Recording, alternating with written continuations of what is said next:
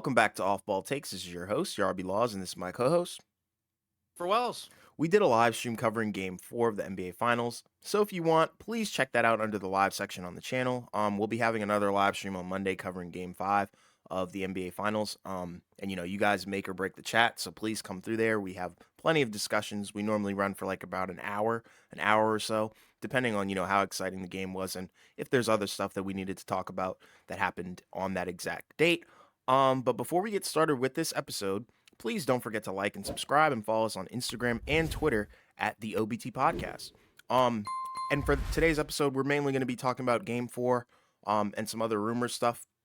But to kick off, Game 4's recap, Denver won this one 108 to 95 in a pretty, I'm not going to say, easy victory, but they kind of dog walk Miami, to be honest. But to start off, we do have to shout out the winning team first. I feel like we kind of have a little bit more to say about Miami, but nonetheless, let's look at Denver.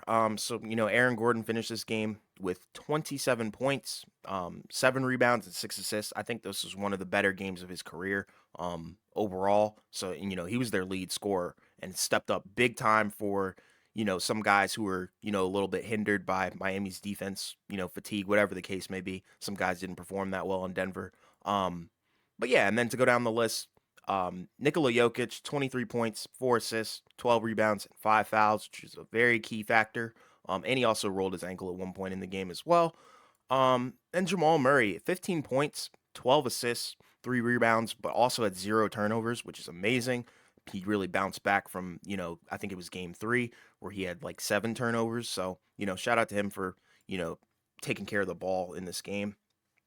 Um, then you have Bruce Brown Jr., huge impact off the bench. He had 21 points, 2 assists, 4 rebounds, but he was able to hit some really clutch threes, or not even clutch threes, but just impact threes and be on boards. And, his floater game is pretty good too. So, he was all around making, being a menace, of course. And then some other guys, Michael Porter Jr., 11 points, 3 rebounds, kind of a no-show in my opinion. These points are, I don't know. It doesn't tell the whole story. His shooting percentage was pretty bad. Jeff Green had 3 points. Christian Brown had 1 point. And I guess, to stay on Denver, I thought they did a fairly good job considering, I guess we can call this a rare Jokic poor game. And then Jamal Murray kind of had a pretty bad game as well outside of the assist to turnover ratio, in my opinion. But like I said, the real stars of this game to me were definitely Aaron Gordon, Bruce Brown Jr., very efficient on both ends of the floor. I think, had some pretty good defensive plays. Obviously, Aaron Gordon, when Aaron Gordon has more assists than Jokic, that kind of tells you what Miami's game plan was against Nikola Jokic. But, like I said, Aaron Gordon stepped up, and this is what you want to see. If you're a Denver fan, this is what we had questions about was, if Jokic has a bad game, will the supporting cast be able to carry the load on their shoulders? And their shoulders are clearly broad enough to do so. And they pretty much got it done. I'm not going to say without Jokic, obviously, at 23 points, but it wasn't, the craziest. It wasn't, the greatest Jokic night, we'll say. But yeah, what were your thoughts on this one? Because, I mean, overall, I thought it was an entertaining game up until probably halfway through the fourth quarter. I knew it was kind of over pretty much. It looked like Miami ran out of gas. But, from Denver's perspective, I guess we should probably stick to Denver for now. But what were your thoughts on Denver in this one? I mean, I guess like you said, we could start with Denver. Yeah. The main takeaway here is like you said, the role players really stepped up for Denver, and they had to, right? Because again, Jokic was in foul trouble. He had that fifth foul called on him, which I thought was not a great call. I think that was the play where Bam, kind of just, is a, we'll call it what it is. It was a flop. Yeah. And I was kind of surprised that Malone didn't challenge it because again, that's your best player. You don't want him to pick up a sixth foul and then he's done, for the rest of the game. But Right. he didn't challenge it and he took him out and he sat him for pretty much, half of the fourth quarter. And this was kind of the do or die run for Denver. And, again, those guys stepped up, right? Jamal Murray made a big shot. But like you said, you got to start with Aaron Gordon, who was basically their best player in that game, right? Like you said, 27 points, 7 rebounds, 6 assists, a steal. 11 of 15 from the field, 3 of 4 from three, which is also huge, right? Yeah. He made a number of key timely shots. from the outside, right? That took away Miami's momentum. He made a big three in the fourth, to kind of basically put the game away, in my opinion. Right? And those are the type of games that really hurt, right? If you're the other team, right? But if you're Denver, right, you got to be pretty thrilled that you won a game where your two best players probably had two of their, poorer postseason games in a little bit, right? Hmm. Murray was bad, I thought, in game two. Sure. Right. But just in general, right? Like, you know, in the game where Jamal Murray was bad in game two, Jokic was great, right? That was the 40-point game, I think. Yes. Yeah. Whereas in this game, both of them weren't that great. Um, and like, that key there was in the fourth quarter, right? Where I think they were up by 10 when he came out, and when he came back in, they were up by just 9. So they only, lost 1 point on the lead, which is pretty much the difference right there. Because it got to, I think, 4-point game in the fourth, right? And then again, Aaron Gordon, even Jeff Green, I think, hit a big three. Yeah. Um, and yeah, like these are the type of games where, if you're Denver, you got to feel pretty good on the road. Your star players didn't have a great performance, and your role guys stepped up. Again, like we said, Aaron Gordon, kind of the star there. Bruce Brown, like you said, off the bench, had a number of key shots, right? Like you said, he had a couple of big threes, including a step back three. Yeah. Which I think it was funny because I think Jokic said when he took it initially, I wanted to punch him, and then I was happy that he made it because Yeah. again, a couple of shots were kind of, interesting shots, Sure. right? But to his credit, they went in. He made a couple of tough drives to the basket, and I remember, on the live stream we talked about, how his role has changed in the league, where he came into Detroit as like, like a guard. Yeah. But he wasn't that great at it. Right. Because he wasn't like a great ball handler, not a Or great shooter. outside shooter. Yeah. Yeah, exactly. And then he goes to Brooklyn, and he's kind of used as a big, where they kind of like Gary Payton II, where he's a screener Yeah. and he's rolling to the basket, like you said, with that floater. Um, right? Wasn't really taking a lot of jumpers. But then he goes to Denver, and now he's kind of doing bits and pieces of both. Right? He's Yep. got the ball in his hands more than he did in Brooklyn. And he's basically kind of like the backup point guard for Denver. Yeah. Right? Because they're not, they don't have Ish Smith out there, they don't have Reggie Jackson out there. It's him. Yeah. And he's playing downhill, attacking the basket. And, that's kind of what Denver needed, right? Michael Porter Jr. wasn't getting it done. And Right. that's kind of been the adjustment for Denver in this series, or one of the adjustments is that his minutes have dropped because he just isn't giving them a whole lot, right? He's not really scoring. Um, and if he's not giving you a whole lot on offense, he's probably just not going to need to be out there. Exactly. Because his ceiling defensively, is only going to be so high just because, it seems like he makes a lot of mistakes defensively. And like some of it's like just simple mistakes, like just Right. getting lost on rotations, messing up on switches, bad fouls. And again, it was more of the same in this game. I guess he was better technically offensively than he was in the last game because but again, that's kind of a low bar because I think in game three he had 2 points, right? So Yeah. can't get worse than that unless you have either 1 point or 0 points, right? And having one or two more points than us in a finals game when you start isn't necessarily a good thing, but Right. especially because again, that's his best asset is his offense. But still, right? This is why if you're Denver, you have these other guys like a Bruce Brown where he can step up, right? Christian Brown, who was big in game three, didn't have as much of an impact in this game. He only played 15 minutes. 1 point, Right. 1 from the field, minus 17 in a game they won by 13. So Hmm. you didn't really do a whole lot out there. Um, and again, like for Denver, also the crazy, well, not, yeah, the crazy 3-point shooting, right? Which Miami had a number of those games in these playoffs, but Denver in the finals hadn't shot that well from three. But in this game, they shot really well, 14 Hmm. of 28, that's 50%. And a number of those threes came from the guys that you don't always expect to shoot well from three, right? Because it wasn't like Michael Porter Jr., was destroying them from three, but, Right. Aaron Gordon was 3 of 4. Um, Bruce Brown was 3 for 5, right? Jokic even took 7 threes and made 3 of them, right? That's Yeah. pretty high volume. That was close to half of his shots, I And they think. were giving them Um, to him because I mean I think he hit yeah, one from like 29 feet out. Pretty much yeah, I think that one was uncontested. yeah, I think that one was the end of the shot clock, I Yeah. think. Sure. But yeah, those grenade shots, but still, regardless, yeah, they were giving him a lot of long distance shots, and again, Yeah. that's kind of what you have to do, I guess, if you're Miami, Hmm. because again, around the basket, he's probably almost a guarantee, and like you said, he rolled his ankle, so maybe that had something to do with it as well. I thought Right. defensively he had a solid game. He had 3 steals, Yeah. 3 blocks. He had like the silly defensive plays, right, where it's like the kick ball violation, but Right. again, like that's a rule that they haven't changed. So if you can do that, you got to take I mean advantage of it. it's kind of like low key high IQ plays, Yeah, which is because if you funny. can't get the ball, if you can't actually get the steal or pick it up, you might as well just do that because it prevents an easy basket and it Yeah. resets the clock a little bit. So, um, but yeah, but that's how I would look at that. So I think that's really the key for Denver is just because, Hmm. like you said, going into the playoffs, our questions were primarily okay. We know what Jokic and Jamal Murray can do, but what about the guys around them?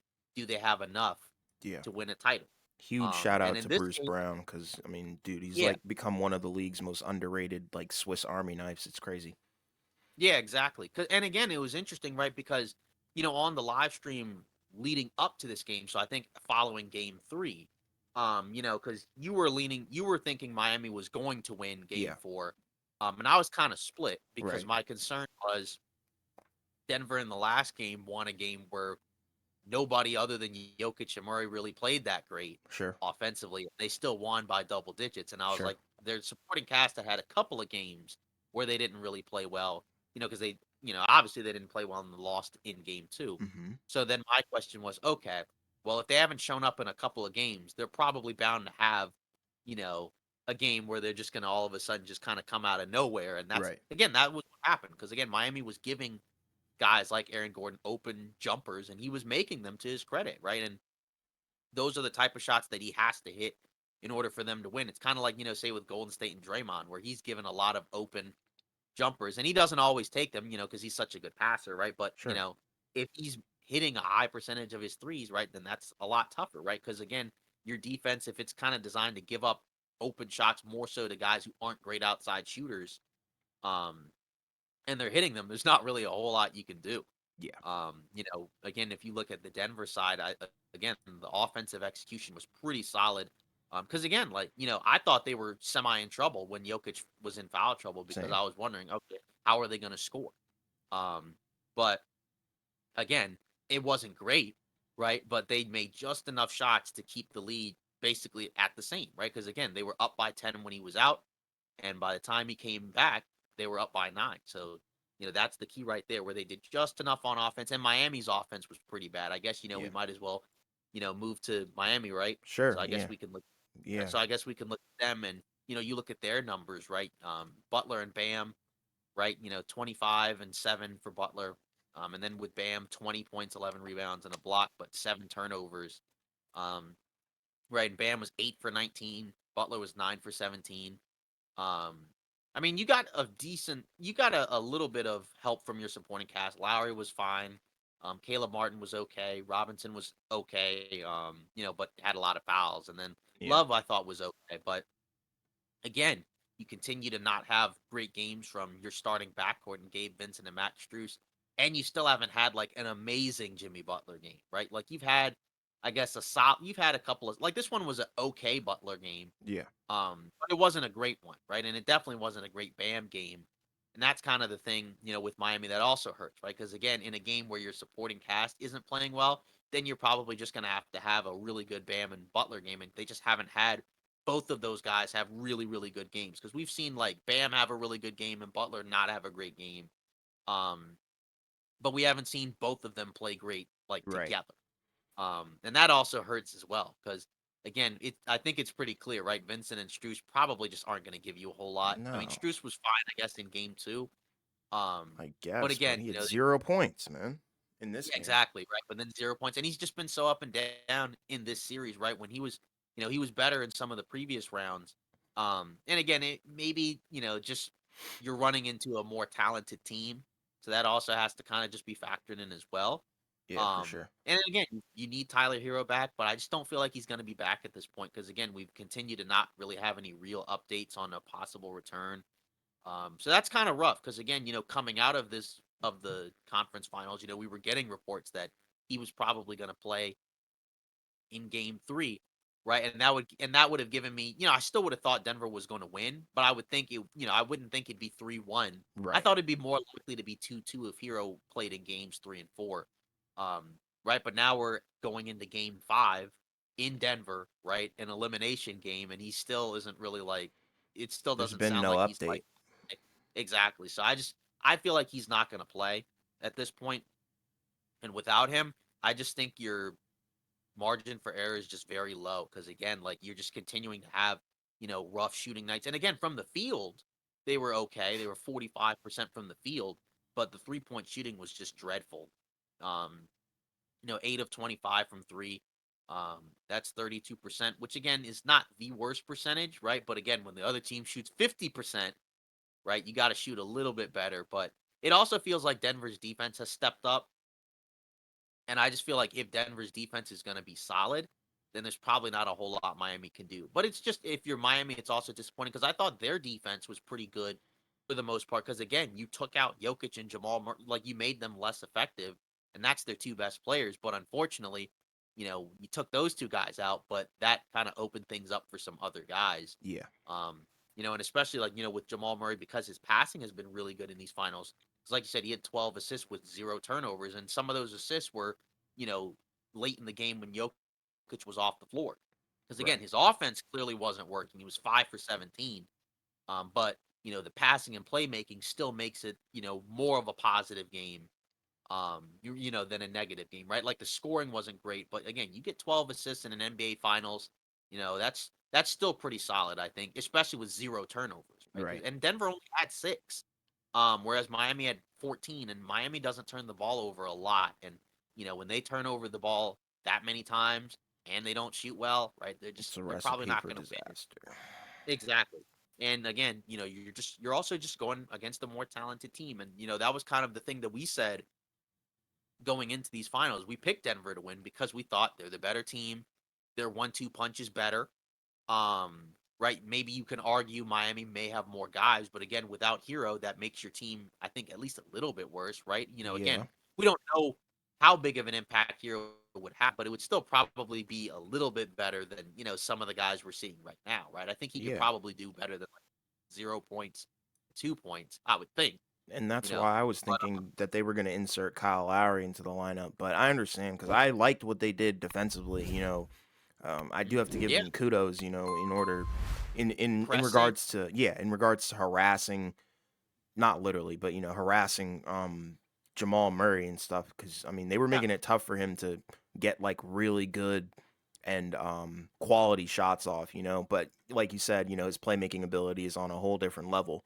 So that's the problem when you focus all your exactly. energy on Jokic and Jamal Murray. I mean, you're kind of banking on the other guys to have a pretty bad night, and that did not Yeah. work for them. But I do like the And strategy. It was a switch up. yeah, like I mean, that's not a bad situation on the road, Yeah. right? Because but again, like we've seen home court like has been kind of flipped, right? Because Miami was great at home during the first half of the playoffs, but since the conference finals, I don't think they've won a game at home. I think since what was it, Game 3 Yeah. against the Celtics. I Yeah. think that was the last home game that they had, and since then they've lost what I guess 4 in a row. Hmm. Um, so I mean, yeah, that's kind of tough there. I guess for me, usually the issue that I have, like in terms of leaving guys open, I just don't like leaving guys completely open. Like where Right. it's like nobody's within like 10 feet of guarding them. Right. Because I just feel like when you're that open, you're almost asking like somebody to make a shot. Sure. I understand like maybe psychologically, like the guy might be so open that he might be thinking about how open he is and like why he's so open. But I just think like NBA players can make like completely wide open shots, right? Like we've seen in shoot arounds, right? Guys that don't even really shoot threes in the game, we'll see them still making a high level of threes in the shoot arounds. Look at Ben Um, Simmons' mixtape from freaking what, yeah, like three exactly. summers Yeah, ago or whatever. The guy exactly. was Like, shooting you know, from 30 feet out.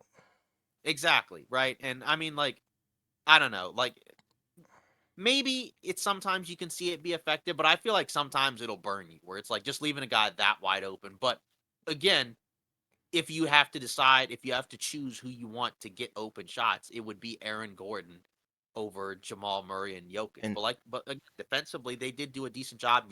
Every time Murray had the ball, they would press. They would do a full court press. They played some zone at different points. Right, they forced Jokic into taking 7 threes, which is a high amount yeah, for for him. him. Right, Yeah. 'cause again, he's a good 3-point shooter, but he doesn't take that many. It's on low volume. He's not Right. taking 7 threes a game. Um, right? So I mean, that's solid. But again, Denver's other guys made you pay. Bruce Brown made you pay. Aaron Gordon made you pay. Right. And that's tough if you're Miami because again, this is the type of game formula wise that you should probably win, right? Where the other team's two best players don't play that great. But They did not, and they got up to I think as much as 18. And they couldn't even take advantage when Jokic was off the floor, which is really tough because again, we know the numbers, for the most part when he's off the floor, they're not as good. But the interesting thing is that in the playoffs, it definitely has not been as bad as it was in the regular season. And that's kind of also helped Denver as well as they've been able to, survive, when he's not on the floor. And like you said, that was a question mark for Yeah. Denver, coming in because that was kind of if they could do that, right, then they would have a much higher chance of success. Obviously, for most teams, it's very difficult to be good when your best player is off the floor.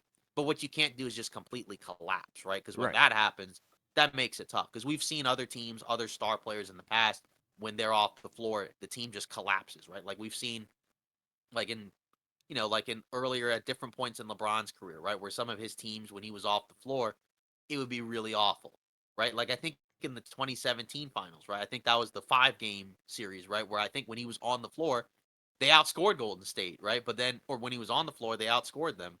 But when he was off the floor, for the small amounts he was off the floor, they were destroyed. Yeah, that was Um, that was the year that Saturday Night Live did their skit, I think, the other Cavaliers or oh whatever. yeah, I remember So, that. Yeah, just an SNL exactly. So reference if you watch that. yeah, exactly. So stuff like that, can really make a difference in the playoffs. When you get to this point. Right. And again, like you still have to give Miami a ton of credit for getting here. It's just again, once you get to this point, it's tough because you're going against the number one seed in the Western Conference. They're a really good team. They have a superstar. Their number Yeah, two is also really good. And both guys have elevated their game in the playoffs, and that's a tough matchup, right? Because again, Butler had been great in the playoffs, but he's kind of slowed down, in the last couple of rounds where he just hasn't been himself. And I feel like I think that ankle injury is still probably bugging him. But again, by this point, nobody's necessarily 100% right. come off time. And, he's had some games where he's still been able to impact it even without the scoring. But, Sure. again, when you're playing against a team that's just better than you, like, it's tough because you have to have those type of games, those huge games just to have a chance at winning. Because again, like, 25-7 from Butler isn't bad, right? But, again, you lost by 13. And we saw games right in earlier rounds where maybe if he has 25-7, they'd win. Um, but that's just not going to necessarily work against this Denver team, right? And again, the combination of their two stars, right, Jokic and Murray, combined with again in each series we've seen their other guys give them big performances because there were games in the playoffs where Michael Porter Jr. was good, right, and there were games in series where Caldwell Pope was really good, right, even though they've been relatively poor in these finals, right, they still played well to get them there. For sure. And usually by the time you get to the finals, right, like it's more about your stars anyways. Like the Yeah. supporting cast has to be good, um, for sure, right? But if your star players don't play well in the finals, you're just not going to win anyways. And it's like they're Regardless not going to if get too deep, with a team like yeah, Denver. You're exactly. probably not going to go beyond what the eighth man in the rotation, probably. Yeah, exactly, right? Because Denver's basically played 8 guys, pretty much the whole playoffs, right? Yeah. Because they have starting five and then Jeff Green, Bruce Brown, Christian Brown. And again, it's not like it's a great bench, right? But your starting five is pretty good. And then you can mix and match, with the starters in the bench, and then that can kind of get you to where you need to go. Right. Plus, again, we know Denver's got the size advantage, they have the skill advantage, right? They can get pretty much any shot they want, they can get to the line. They're athletic, right? So, and again, that's just a tough matchup for Miami, right? We saw them make the adjustments, with Love, giving them more size. But again, it just hasn't worked because again, you have some key guys from Miami that just haven't played as well as they played in previous rounds, and they have to be, on their A game if they're going to beat Right. Denver. Because that's the thing when, like I said, when you're going against a better team, if you're going to win, you pretty much have to play probably like above the level that you are, right? Like Gabe Vincent and Max Struess, assuming Hero wouldn't be playing, they have to play above the level that they're probably at, Yeah, you got to in order rise for to the Miami occasion. to have a chance to win.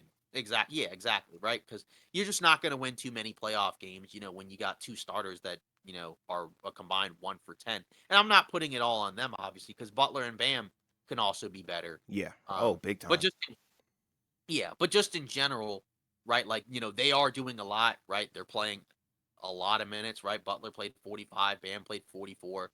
Their roles are pretty significant because those two guys are primarily guarding the other two teams' best Hmm. players, right? And which is also tough as well, right? Because again, you're asking them, to compete on offense, and play at a super high level while also asking them to guard the other two teams' best players.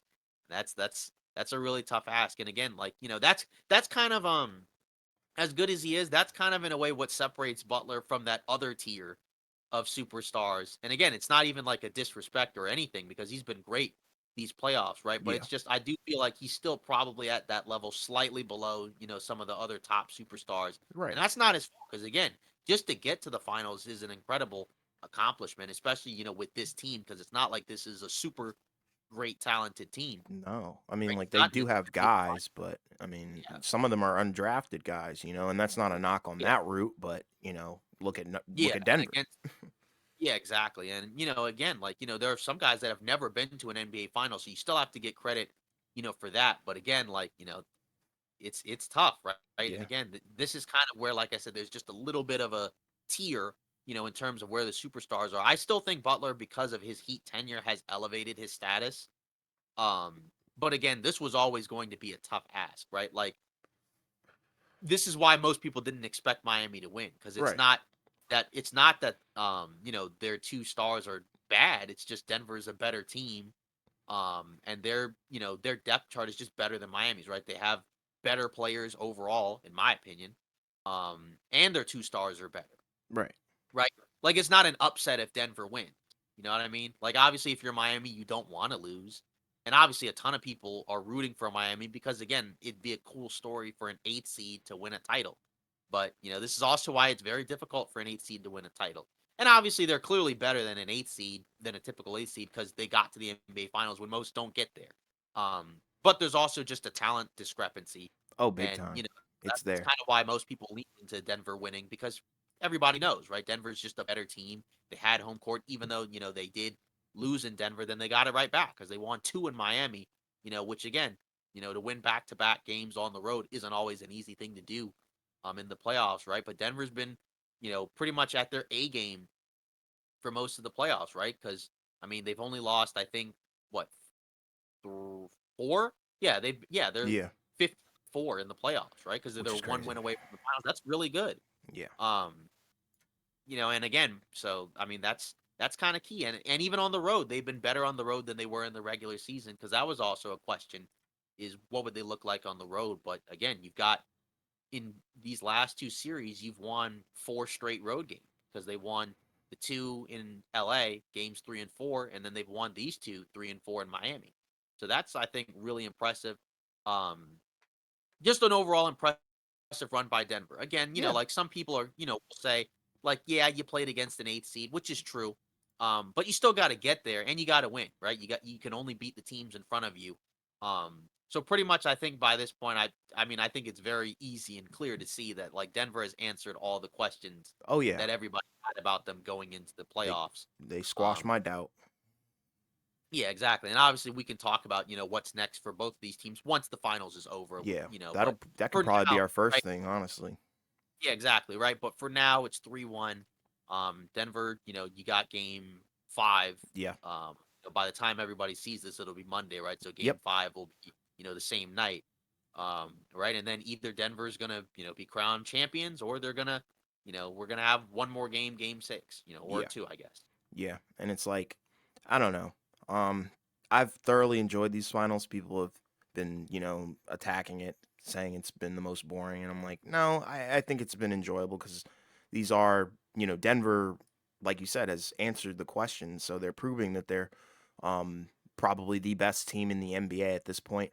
Um, and, for me, I think whatever Jokic said, and whatever the other guys said, to light a fire under these guys definitely was a shock to the system because they've come out and looked different. I mean, everybody's kind of been having a pretty solid game except for Michael Porter Jr. He's kind of like the only one who hasn't really, stepped up since Yeah. um Especially in the the second speech. halves. Exactly. So, whatever Jokic said has lit the fire. And I think, honestly, unfortunately, Miami Cinderella mojo and all that stuff has kind of run its course. It seems like Jimmy's not as aggressive as he was earlier in the playoffs. And like you said it multiple times. I'm sure the ankle has been bothering him. He's probably playing through injury, but nonetheless, it's still just not enough with the supporting cast and the level that they're playing at Or compared to Denver's. What'd you say? Yeah, you need more from him because again, Yeah, especially because it's 1-1, right? He's not really getting doubled and tripled a whole lot. yeah, But I mean, again, like this is also just kind of like the downside of the Miami team, yeah, especially without Hero. You just don't necessarily have enough offense consistently. exactly.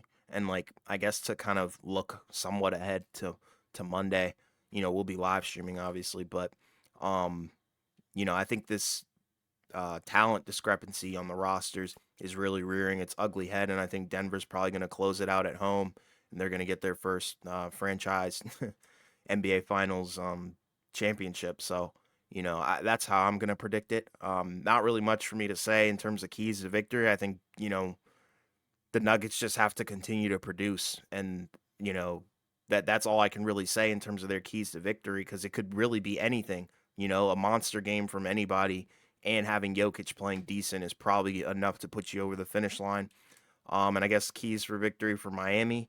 You just got to play better, man. You just got to step up. It hasn't looked like it's been there the entire series, maybe game two, but like I said, that speech has done something. But to drill down into the keys to victory for Miami, I guess would be you probably have to have a monster game from Jimmy and a better game from Bam, and then somebody else, something, whether it be Caleb Martin, Strus, Gabe Vincent, Kyle Lowry, Duncan Robinson, even any one of these guys needs to also pop off for them to win. But at this point, it looks like that's kind of unlikely, and the momentum has completely taken a nosedive and gone right back to Denver 100%. So, like I said, I think Denver's going to close this one out. What are your thoughts?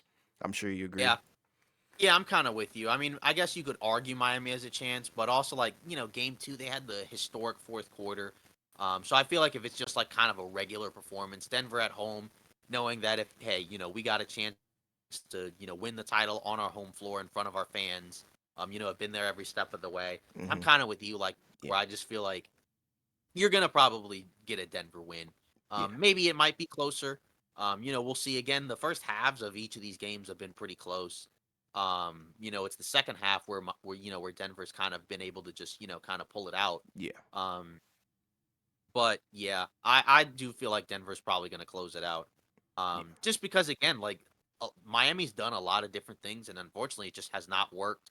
And again, some of it's not necessarily the fault of Miami. It's just when you're running on a talent deficit, against another team, it's just really tough because, Yeah. again, like a number, and again, like I'm not saying that these guys aren't good. It's just again, for Miami to win because we saw it against Boston, right? You have to have really good performances, especially without Hero, Gabe Vincent, Max Struess, Caleb Martin, right? These guys have to play at a really high level. Because it can't just be Jimmy and Bam every game because you're probably not going to win a whole lot of games if Right. it's just those two guys. Um, unless they pop off, for like a combined 50, 60 points, which doesn't normally happen, right? Because you don't normally get like super, super high scoring games from Bam, right? He's usually like somewhere around 20. Yeah. Right. You're not usually going to see a lot of like 30 plus point games from him. Um, so, I mean, that's kind of the key there. Like you said, for Denver, like you said, just keep doing what you're doing. It's working, right? Yeah. The offense is there. The defense has been solid. Rebounding's good. Even though I think Miami had what I guess like one more rebound, but like still, right? It's about when they get the rebound too. Yeah, exactly. So just for Denver, just keep maintaining. Because they've won in a number of different ways, right? Because again, last game they won when their two stars weren't that great. Game one, they got contributions from basically everybody, if I'm not mistaken, right? And then game three, um, right, you had like both Murray and Jokic, kind of, carry Yeah. the team to victory. So I feel like we're probably going to see more of the same in game five, especially because again, it's in Denver with a chance to close it out.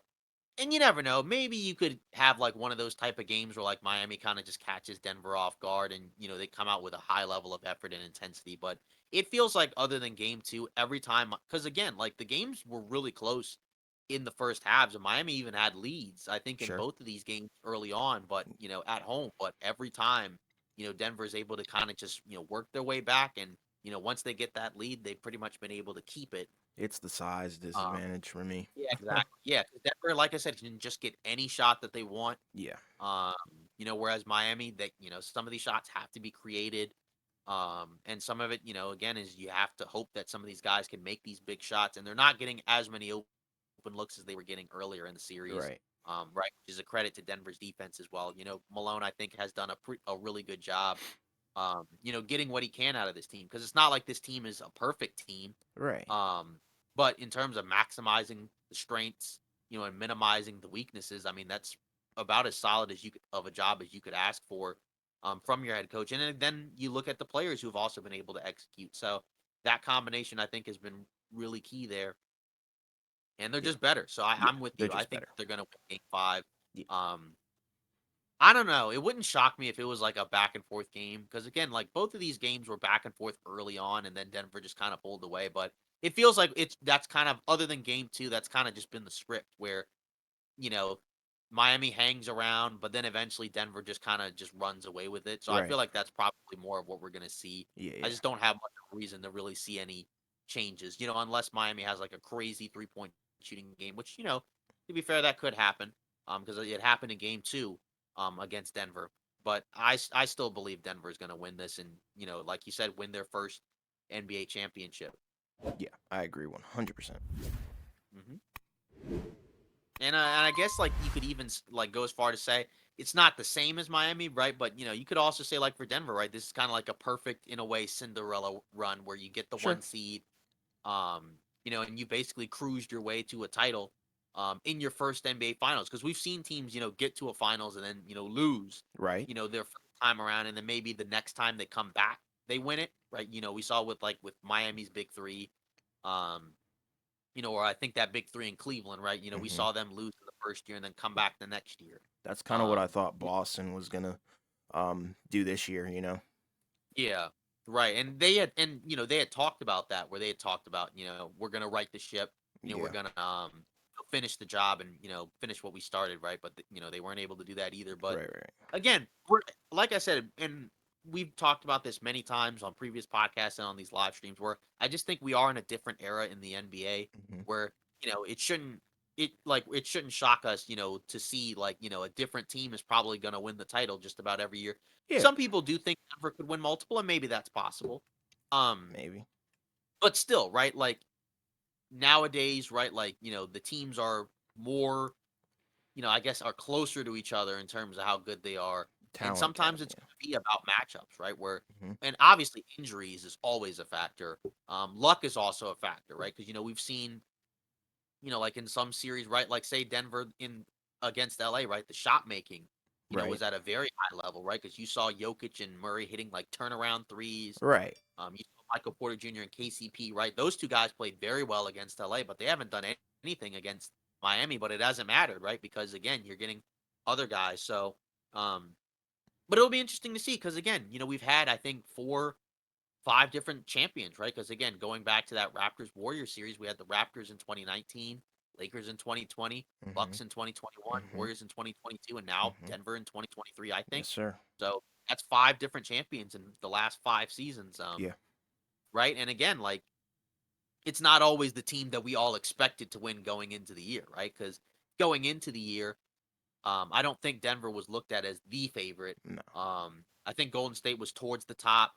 Hmm. Um, Trying to think. I guess who else would have been up there, right? Probably I don't probably Boston, I would say. Boston, Milwaukee. Milwaukee for sure. Yeah, Boston, Milwaukee, Golden State, I think were probably the top 3. I think Um Brooklyn was up there too. yeah, Brooklyn was up there because Before Durant the and everything. trades. Yeah. Yeah, exactly. Right. So yeah, exactly, right. And none of those teams won. Right. Um Yeah, exactly. So I mean, like, and again, we've had, but most of these years, right? Usually, one of the best teams has ended up winning, Yeah. right? Because again, the Warriors, I think, they had injuries towards the second half of the season, but they were like right there with Phoenix record wise for Yeah. most of the year last year. They won. Right. Milwaukee was one of the best teams the year they won. The Lakers were one of the best teams the year they won. Right. So in in general, we're still seeing that the best team usually wins. But what we thought going in may be the best team hasn't always been the best team. Sure. Um, 100%. but still, right? Like, it's not like a crazy result, because again, Denver was the number 1 seed during the regular season. And in fairness, we did see some high seeds go out these playoffs, and that was something that we definitely talked about, in terms of more parity, right? Because we saw Memphis go out, we saw Sacramento go out. We saw Milwaukee go out, right, who had the best record, period. Right. Um, and we saw Cleveland go out. So, there were definitely upsets, but, ultimately, when one of the top two, maybe you could extend it to top three seeds wins, right? It makes more sense, right? Like this to me doesn't feel like a super controversial, title where it's like, wow, this team had no chance of winning. Right. Like Denver definitely was not looked at as one of the favorites for sure. But No. in fairness, they had been, I think, they had been out of commission for a couple of years with the injuries. And again, People wrote that's, them off. That's all. yeah, and that's, yeah, exactly. And that's the type of factor that, can weigh heavily on a championship is health. That's Yeah. one of the most important things, Oh right? yeah, Because you big look at the time. Bucks, Giannis and Middleton weren't weren't healthy. Giannis was hurt with the back injury, and then they go out early. Yep. Um, and you had a number of other teams, right? Phoenix dealt with some injuries. Memphis dealt with some injuries. And again, you can mention a lot of other teams as well. So I mean, just in general, um, you still give congrats to Denver and all that, but when you go on a title run, right, you got to have a lot of things just go your way. In addition to being a good team, Yeah. and Denver has had both of those things happen. They've been very good, better in the playoffs than in the regular season, and they also had things go their way, which again, that's kind of what you got to do in order to win a title. Oh yeah. And So now there's yeah. not really much more, and obviously we'll get into, I guess, more legacy discussions once the finals is Sure. over. Yeah. Yeah. Right, but like I said, Denver's answered the bell pretty much on just about everything, and now those guys are one game away from etching their names into the books, right? Like Exactly. that's because It's an again, winning a accomplishment. title can only help you. It does nothing other than help you, which is a lot, right? Because again, that's kind of the one thing that Jokic was missing, because he had the regular season MVPs, Mm-hmm. with all the other regular season accolades. But the one question mark, and the knock that I guess some people had on him was, can he do it for an extended playoff run? Right. And he was able to do that, right? Because he was their best player from the start to the end. Jamal Murray elevated his game as well, which is also a big part of their success as well. And when Mm-hmm. both of your best players' games are elevated come playoff time, you got a really good chance at winning a title. They've pretty And much already etched their names into being one of the better playoff duos, and it's only been yeah, one go at it. right, exactly. Because talking about duos, right? Usually we had the normal go-to ones, right? Like say LeBron, AD.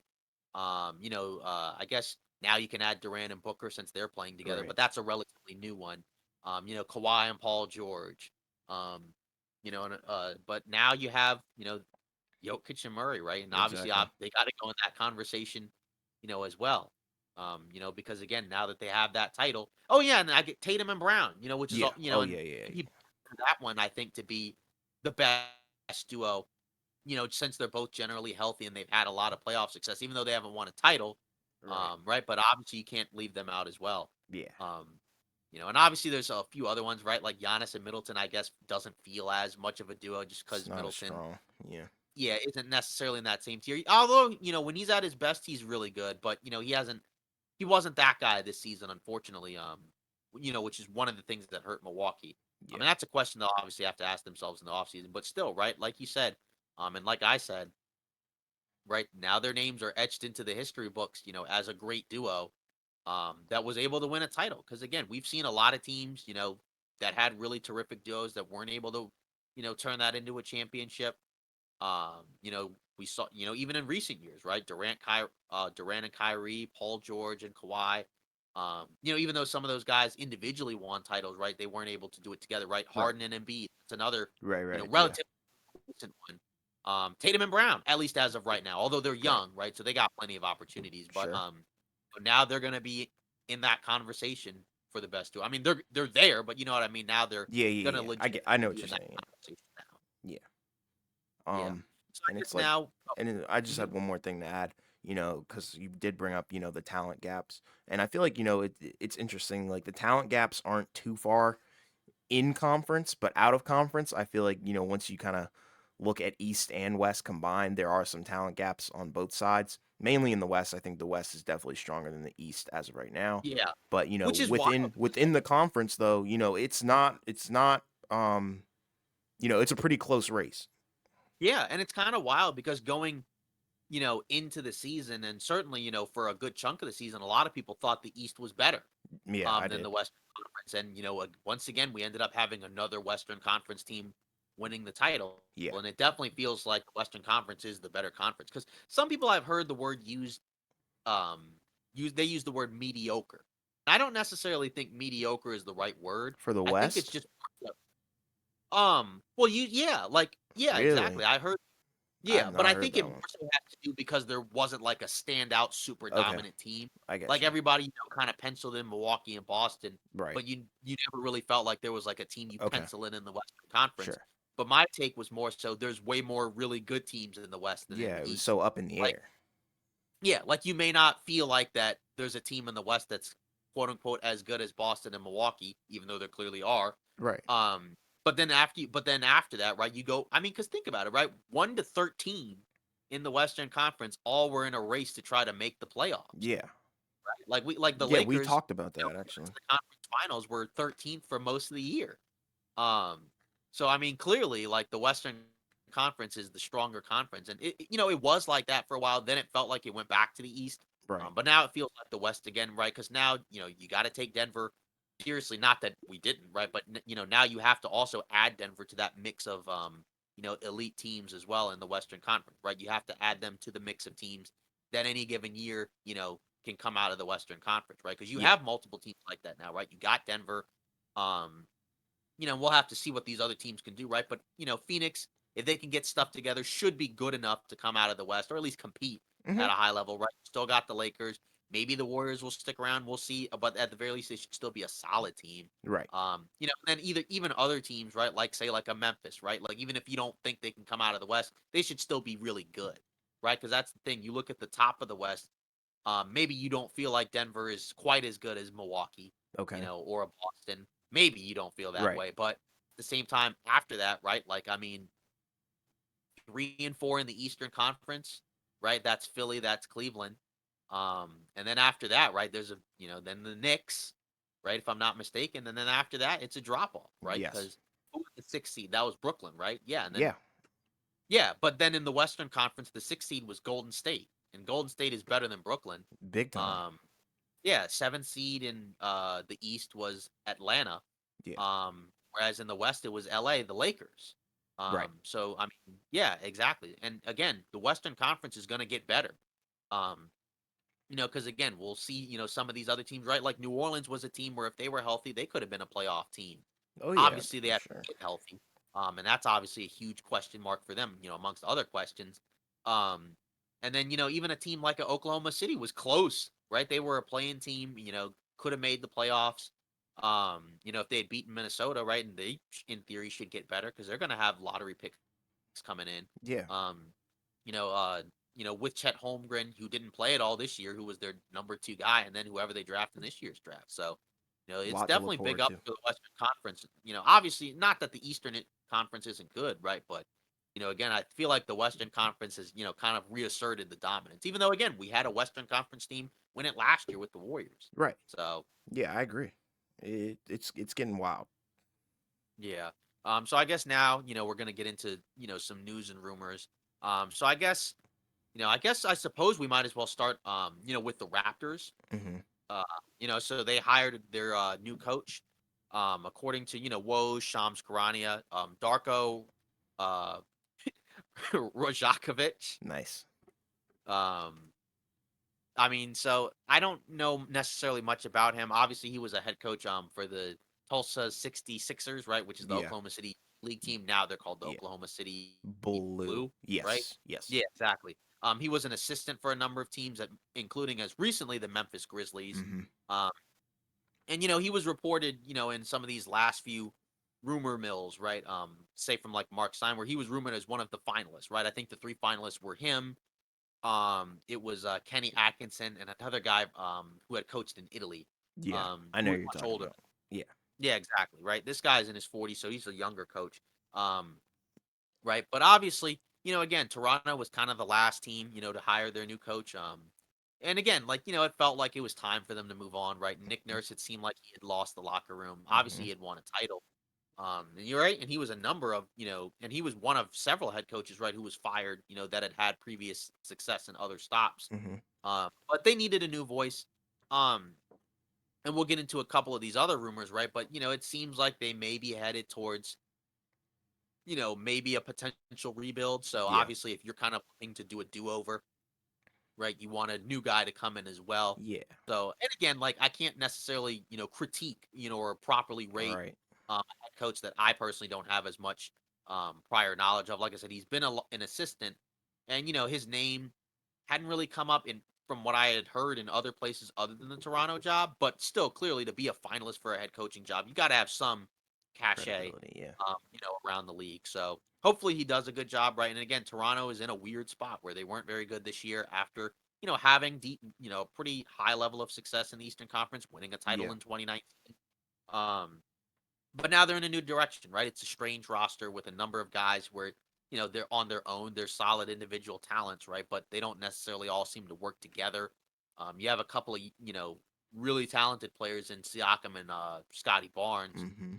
right? You kind of have to decide, like what direction are you going to go in, right? Like, are you going to keep both of them? Are you going to trade Siakam? Are you going to move everybody except Barnes and completely tear it down? But Right.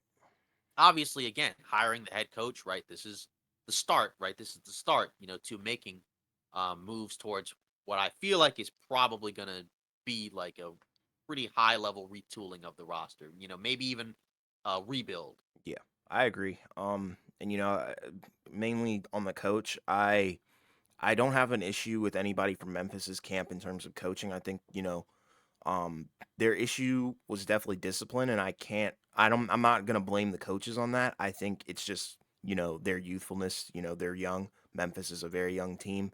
And they've clearly got some hard heads on their team as well. So I can't really, like you said, it's hard to gauge in terms of coaching credibility. But like you said, if he's a finalist, sure, I have no problem with it. And like I said, I have no issues with Memphis's camp.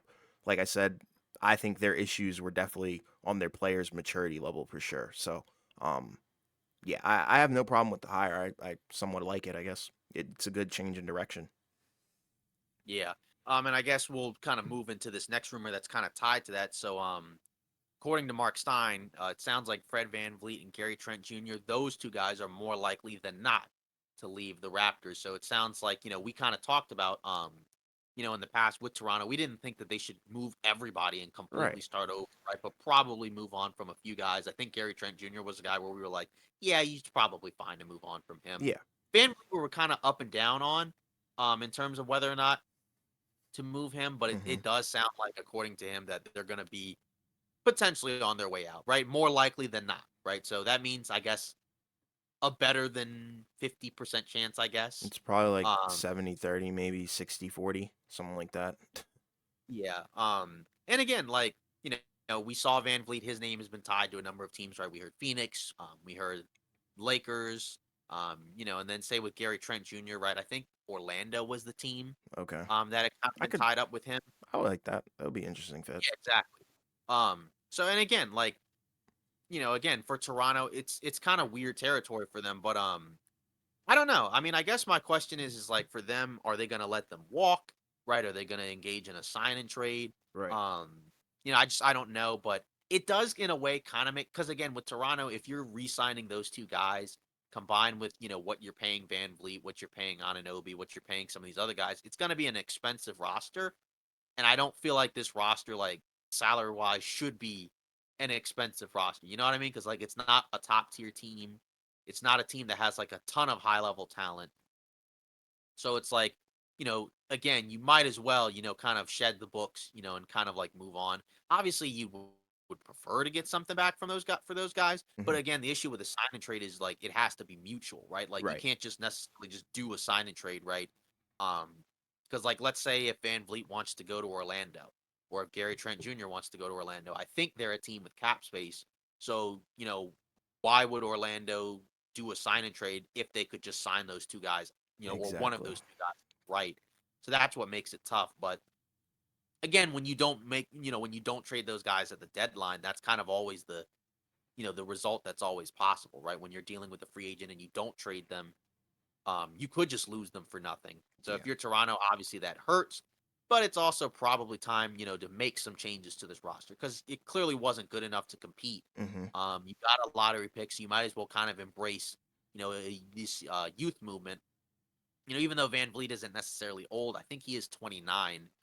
Yeah. So he's on the older side, and right, and as a small guard that's not that athletic, right? If you pay him, on a long term contract, there's a high chance that he could, decline pretty early into that deal. Right. Um, and I just probably wouldn't necessarily do that if I'm Toronto, just based off of where they finished, right?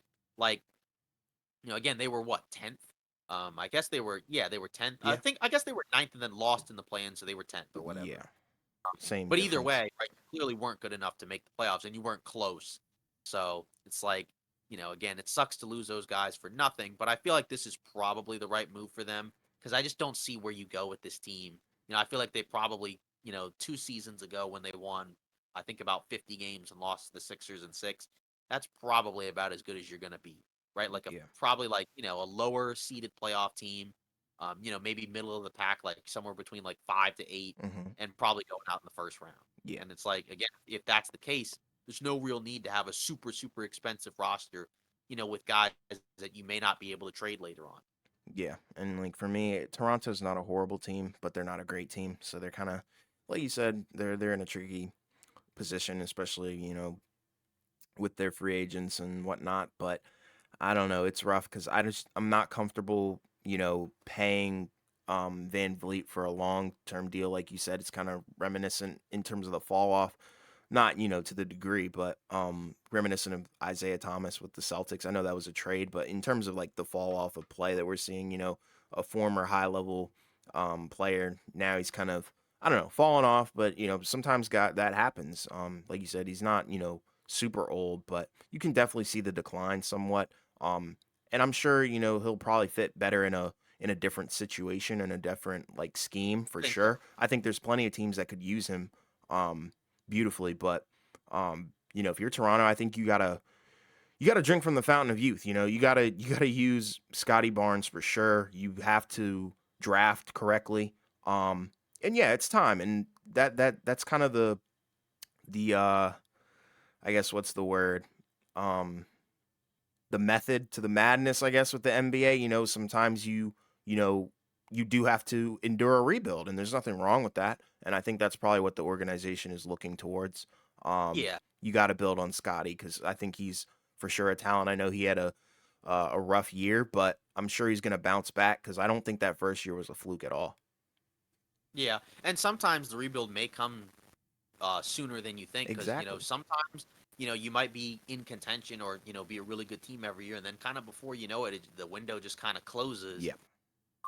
And you don't want to put yourself in a position where that window's closed and then you're kind of resigned to just being a mediocre team, Hmm. you know, and for forever and ever, right? That's the worst position to be Right. in the NBA, where you're not good enough to win a title, but then not quite bad enough to be, like one of the worst teams where you're getting, one of the top picks in the draft each Yeah. year. That's the worst spot to be in because it's just much harder to improve, and especially with a team like Toronto, right, where you're just even though it's a big market, you're not normally going to get big time free agents to go there, unless you overpay. So you have to draft, like you said, you have to draft well. Yeah. You have to win, big in trades, and that's probably what they're going to have to do from this point on.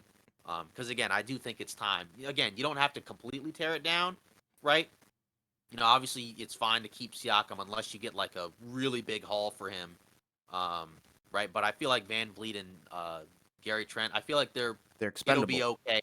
Yeah, they're more expendable, I think, than Barnes and Siakam. So I feel Yeah. like if those guys are gone, it'll be okay. And like we have to look at the league that we're in now, like you said with the small guard stuff.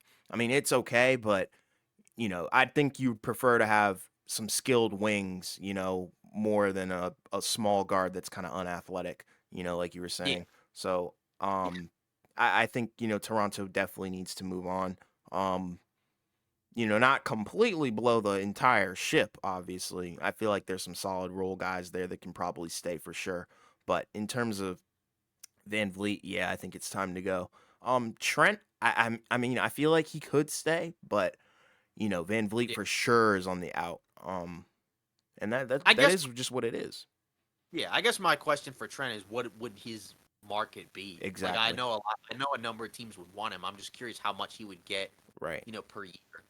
Just because I just, I don't always know, like, in terms of like the mid tier guys, I'm not necessarily always like, as, Certain. key on, what their value per Right. year is necessarily going to be, right? Because we know, like, obviously the superstars get the max, right? And then we know like the guys that are more like role players, but still good players, right, are going to be a tier below that.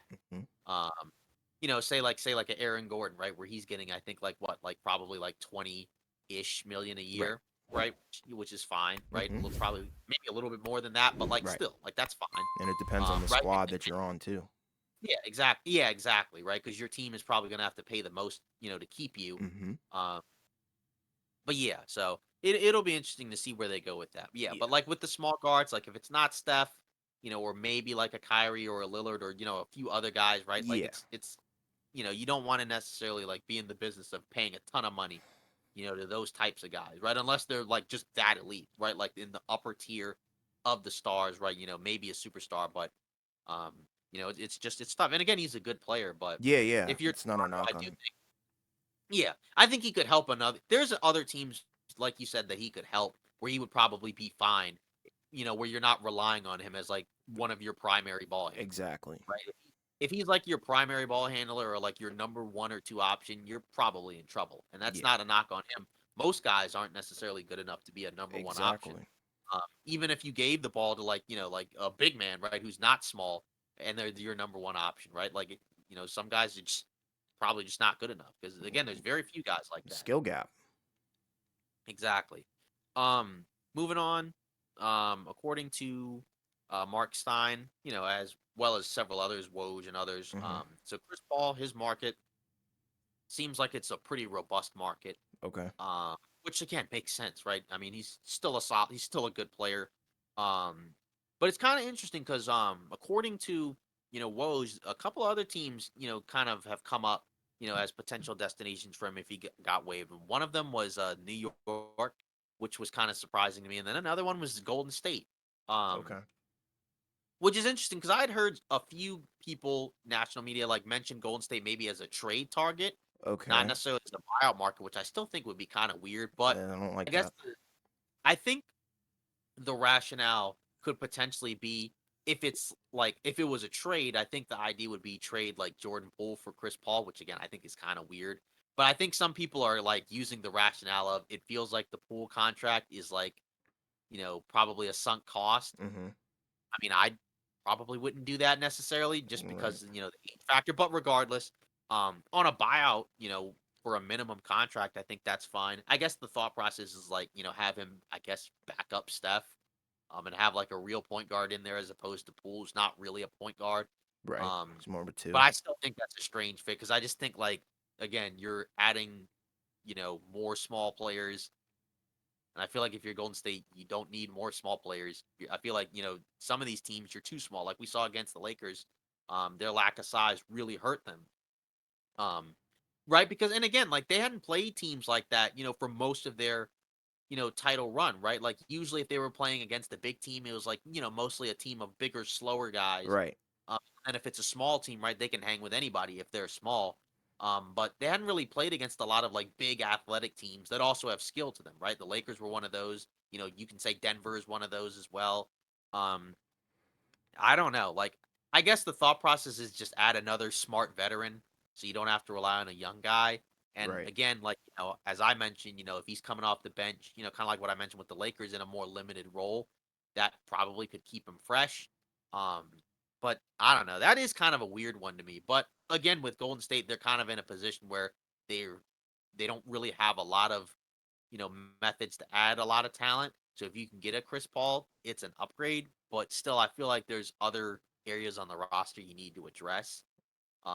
Even with the Knicks, right? Like, I mean, you have Brunson. I don't really feel like you need like another like high level point guard that plays with the No, ball in his hands. Like, I don't feel like you need that. Maybe I'm wrong, but I I don't know. I agree. feel like again with both of these rosters, they have other things that I think they need to address before they are like before they even think about adding somebody like a Chris Paul. In my opinion. Yeah. I mean, I agree with that 100%. And with the Warriors thing, I'm just not trading youth for age. especially in terms of what where Chris Paul is at specifically. There's other cases. Oh yeah, heck yeah, I would trade youth for age. In terms of like say we're talking LeBron here, but obviously we're not. But in terms of Chris Paul, no, I'm not trading. No, I'm not doing that, and I'm not ready to quite give up on Jordan Poole yet per se. The contract is 100% bad. That's a bad Where contract. the concern Yeah, lies. the contract is bad, but however, I don't think Jordan Poole is at the point where, it's like, all right, this guy stinks, but Yeah, it, I'm not ready to call his career, say his yeah, yeah, career is over or anything. exactly. Yeah, I Yeah, mean, I do think that it is difficult when he's making $30 million a right, year. Then it almost feels like okay, because we saw with Tyler Hero when he was on his rookie contract, he was a sixth man. right, Um, and then now that he's making his money, he was a starter, right, and I feel like you almost might have to do that with Poole. right. Um, if you start him with Steph and Clay and Draymond and Wiggins, I just feel like that's too small. Yeah, And that that's could work ugly. against some teams, but I think like over the course of an 82 game regular season and playoffs, I don't like the idea of that because I just think again, with Poole, he's not much of a defender. Clay, his defense is kind of more diminished at this point. Hmm. And even Steph, right? He's probably at this point, Steph might be the best defender of those three guys. I mean, even he's not like an elite defender, but I don't know. That's the issue is that now you're kind of committing $100 million, right, to Right. three guys, right, and none of them are like super high level defenders, and I just think that's really tough. But if I were to trade Jordan Poole, I don't think I would do that for Chris Paul. I'm with you No. there. I thought that, but again, hearing that because I heard that before the Woj stuff came up, and I was like, wow, that's kind of interesting. So I do kind of wonder if there's No. potentially more steam to it, but I don't know. I don't like the Dubs or Yeah. Knicks fits that much just because I just don't feel like they like have to have like, that level of a backup point guard. I Yeah. think you could be okay with like, somebody else who's maybe not as good, and then Hmm. maybe like try to splurge in another area. Yeah, and like my thing is like I don't want to make this all about Jordan Poole, but I don't mind Jordan Poole going to the Suns, just not for Chris Paul. You know what I mean? I don't know if it could work money wise. Probably, absolutely, probably not. In terms of I guess they would have to moving. fully guarantee Chris Well, Paul's contract in order for that to work. what I was gonna say was, could I guess it? I don't think this would work, but would moving Jordan Poole and DeAndre Ayton, would that work? I don't think it would, right? Just to get Chris Paul. No, I'm saying like say we take Chris Paul out of the mix. Like, Okay. Oh, if it was Poole and Ayton, yeah, that's what I'm saying. it was probably close because I think Poole's like around 28 Right.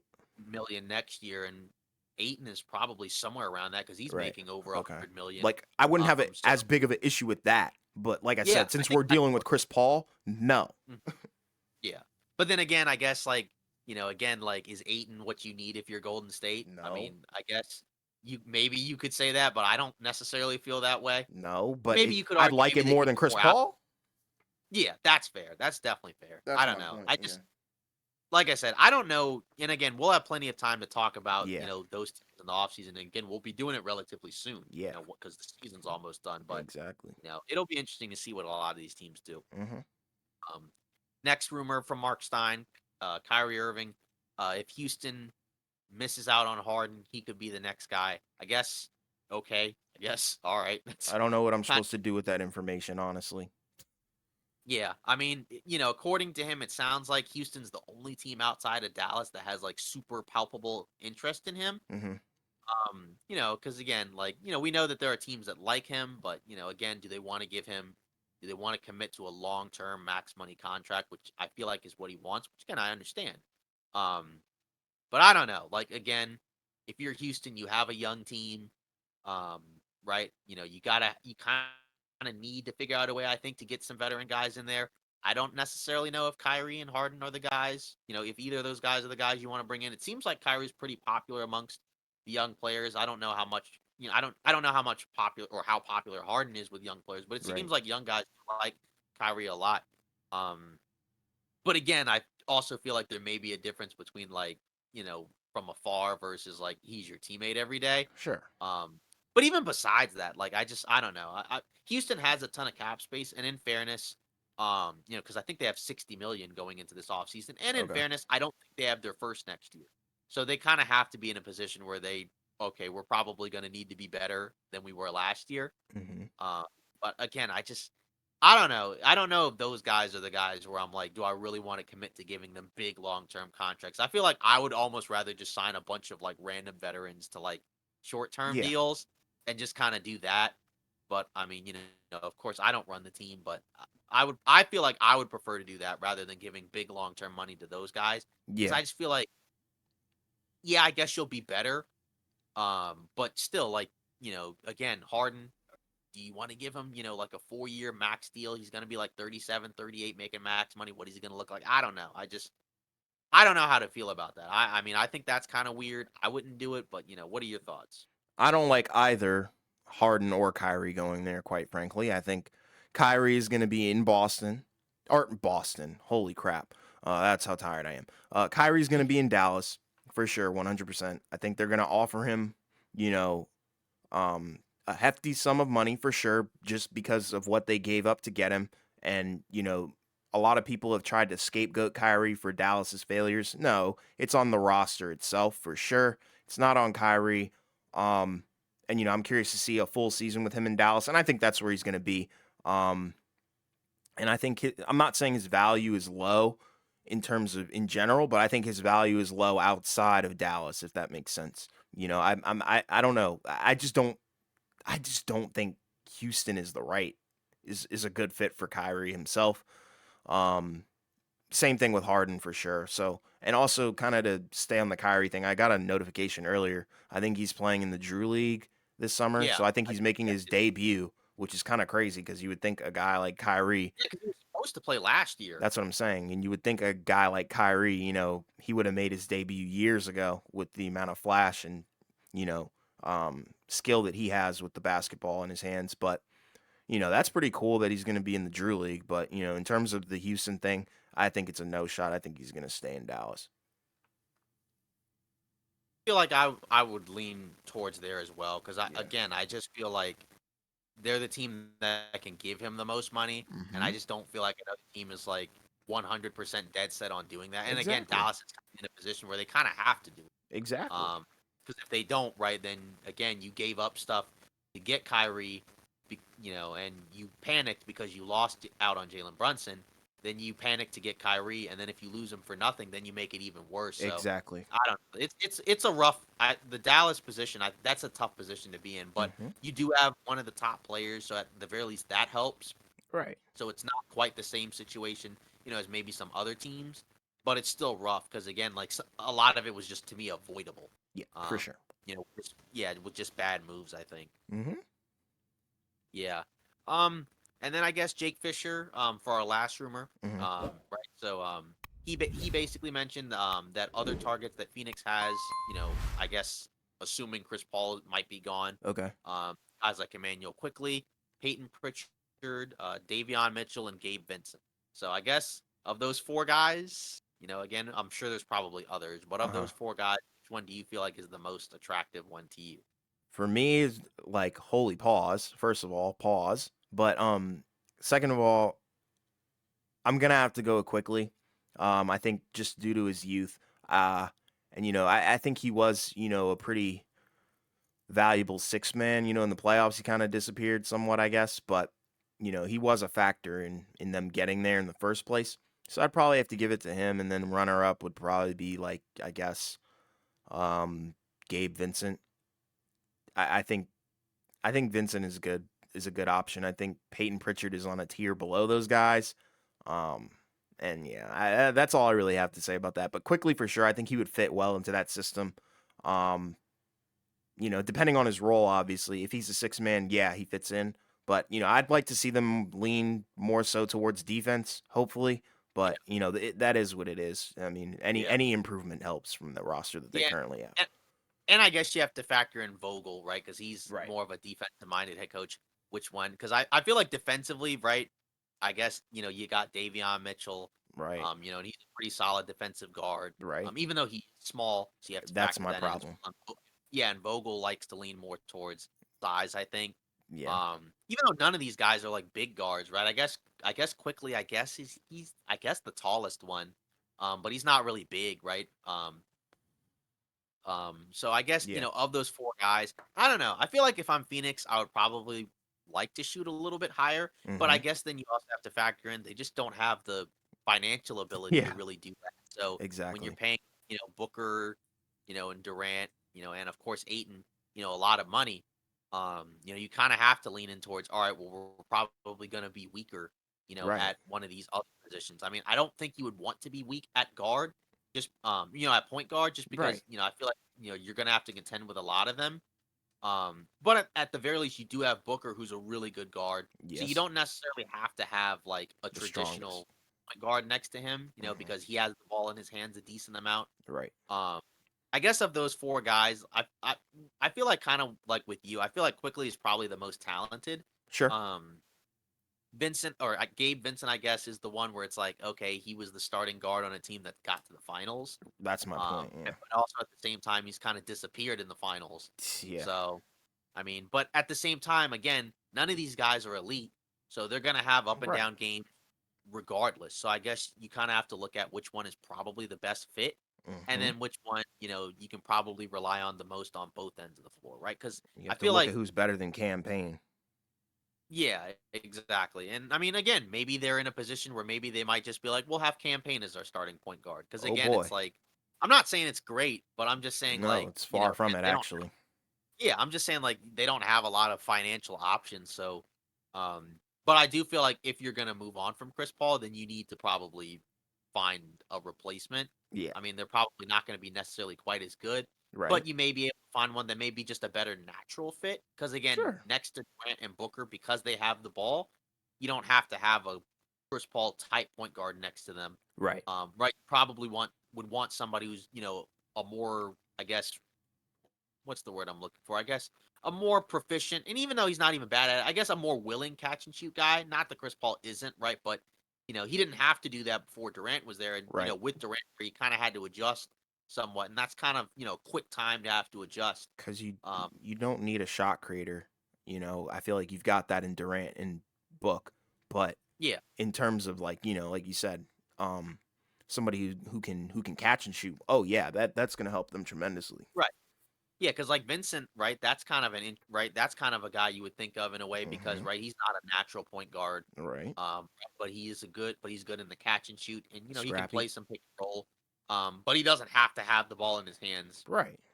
Like say like a Chris Paul.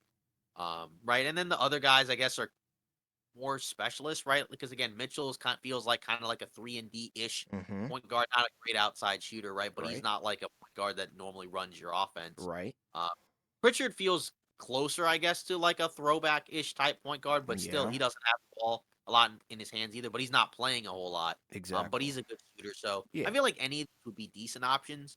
Pritchard may be the most gettable one because it just feels like he's the one that like I has think that's whose what's name gonna has come happen. up, and his contract is smaller, so you could probably trade like a small thing for him.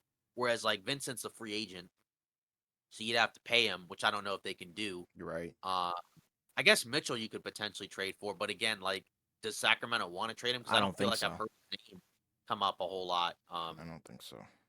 And then quickly, do the Knicks want to trade quickly? I don't I think they mean, want to they get him traded get for rid of Mitchell, him. so I mean, Yeah. yeah, I don't know about that. Yeah. Well, I guess that wraps up today's episode of Off Ball Takes. Again, a lot of discussions about the finals, and of course, the offseason ahead, right? Because again, we know the NBA season is getting ready to come to an end, but that doesn't mean the Off Ball Takes discussions are going to end because we For have a sure. lot of discussions upcoming about the draft, right? Yep. Things like draft boards, Hmm. and obviously after the draft, right? We'll be talking about the offseason and free agency, summer league, and everything like that. So we have a lot of content coming up, and we also, of course, have the live stream that we're going to do following uh if you're watching this on Monday, right? Tonight's game Yep. uh against the Heat and Nuggets, right? So of course, if the series is over, obviously we'll go live, and even if it doesn't end, we're gonna go live. So, be ready for that. So of course, thanks for listening. Hope you have a great Monday, and we'll either see you, in that live stream, or we'll see you at the end of the week for our next episode. Yep.